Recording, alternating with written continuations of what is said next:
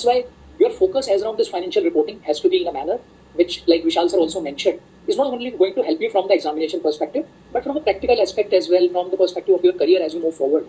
So that's why I would say when you are getting into this financial reporting, you are looking at both the aspects. One, of course, is about the examination, plus also the career. Now, I was just going through some of the things as around that discussion for today. And in respect of this coverage, so like we understand there are a lot of Ind AS which are quite comprehensive. And I can also see some of your comments which have been shared that some of the topics are quite comprehensive. For example, if you talk about financial instruments, if you talk about consolidation in particular, wherein the recognition and measurement requirements itself happen to be quite comprehensive. Quite comprehensive, for example, if you talk about financial instruments, if you talk about consolidation in particular, wherein the recognition and measurement requirements itself happen to be quite comprehensive.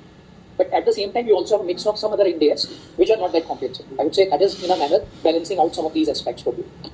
Now, for you to begin with, there are a few points that you need to understand from examination perspective in particular.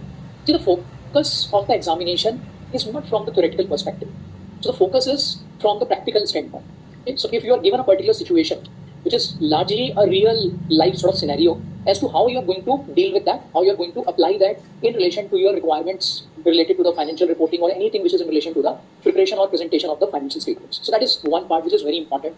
And that is where I would say the role of disclosures also become important, which appear to be theoretical at times, but at the same time you need to understand these are very much the practical application of the concepts that you are going to follow in terms of the financial reporting. Now, for you to look at the overall strategy, I would say you should begin with the weightage.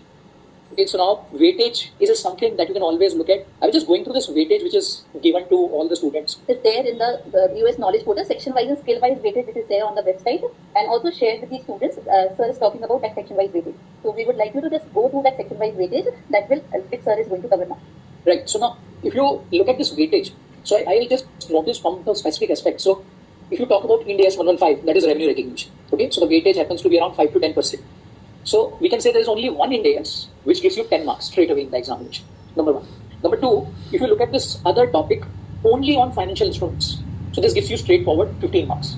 Okay, so if you look at business combination and consolidation, once again I would say it's sort of one topic only because it's quite interrelated. This is giving you flat 20 marks. Yeah, so if you sum it up, I'm just going through this. Okay, so you are easily able to score 45 marks. So as a minimum to begin with. So now this is one area which I think you should also be focusing upon because it's not only about hard work, it's also about the smart work. So if you look at these three standards in particular, I would say these are a must. Okay, so you cannot skip these topics. Number one, to begin.